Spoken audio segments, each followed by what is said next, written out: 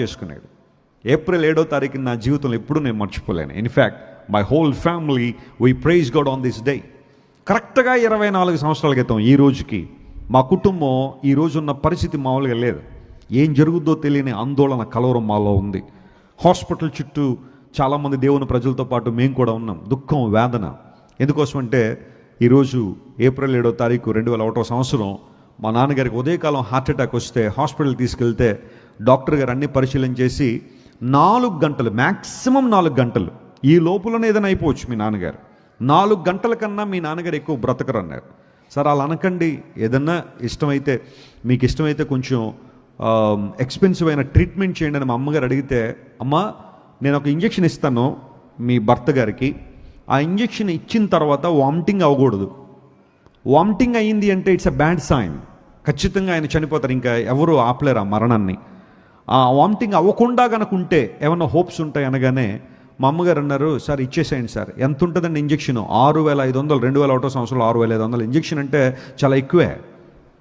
గబగబా డబ్బులు అక్కడ ఇక్కడ సమకూర్చి 6,500 సమకూర్చి డాక్టర్ గారి చేతిలో పెడితే ఇంజెక్షన్ చేసిన 10 మినిట్స్కి వామిటింగ్ అయిపోయింది. నేను మా అమ్మగారు ఎక్కడ ఉన్నాం ప్రక్కనే. పెద్ద వామిటింగ్ చేసుకున్నారు మా నాన్నగారు. వెంటనే మా ఇద్దరికి చేతులు వణికేసాయి. డాక్టర్ గారు చెప్పారు ఇది బ్యాడ్ సైన్ అని, వామిటింగ్ అవ్వకూడదని. మళ్ళీ వామిటింగ్ అయింది. ఇంకా నాన్నగారు దక్కరు అనుకున్నాను. 4 గంటల వ్యవధిలో జరిగిన ఒక అద్భుతం అంటూ ఏదైనా ఉంది అంటే నా జీవితాన్ని సంపూర్ణంగా ప్రభువుకి అప్పగించాను. ఆ హాస్పిటల్లోకి వెళ్ళి నా 2 చేతులు ప్రభు వైపు చాపి, దేవా అంటే అప్పుడు నా 19 సంవత్సరాలుగా తెలియని మాటలు కొన్ని చెప్పేసాను అనుకోండి. ఈ రోజు నుండి ఒకవేళ మా ఇంట్లోంచి ఒక వ్యక్తిని రాజ్యంలో కావాలనుకుంటే మా నాన్నగారిని వదిలేసి నన్ను తీసుకో ప్రభువా. ఎందుకంటే నా వల్ల ఏం ఉపయోగం ఉంది? నా ఫ్యామిలీలో నా వల్ల ప్రయోజనం ఏం లేదు. మా నాన్నగారు అనేక మంది ప్రయోజనకరంగా ఉన్నారు. ఒకవేళ మా ఇంట్లోంచి ఒక రిప్రజెంటేషన్ ఈరోజు హెవెన్లో ఉండాలి అని నువ్వు అనుకుంటే నన్ను తీసుకుని మా నాన్నగారిని వదిలేసాయి.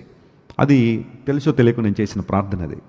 కానీ ఆ తర్వాత దేవుడు ఇచ్చిన ప్రేరేపణ బట్టి నేను చేసిన ప్రార్థన, ప్రభువా ఒకవేళ నన్ను బ్రతికిస్తే మా కుటుంబంలో అద్భుతం చేస్తాను, నా జీవితం అంతా నేను సేవ చేస్తాను, వెనుతిరగకుండా నీ కొరకు వాడబడతానని నా 19వ ఏట ఆ రోజు నా జీవితాన్ని ప్రభువుకి అప్పగించాను.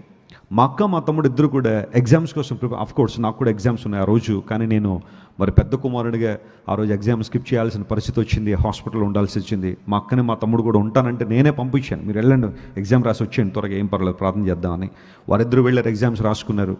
నేను హాస్పిటల్లో ఉండిపోయాను. మా అమ్మగారు ఉన్నారు, సంఘ పెద్దలు కొంతమంది సంఘ బిడ్డలు ఉన్నారు.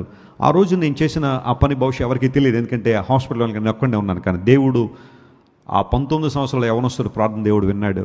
ఈ రోజుకి ఒక అద్భుతం. మా నాన్నగారిని చూసిన డాక్టర్ గారు ఎప్పటికీ అంటూ ఉంటారు, మీరు ఒక వాకింగ్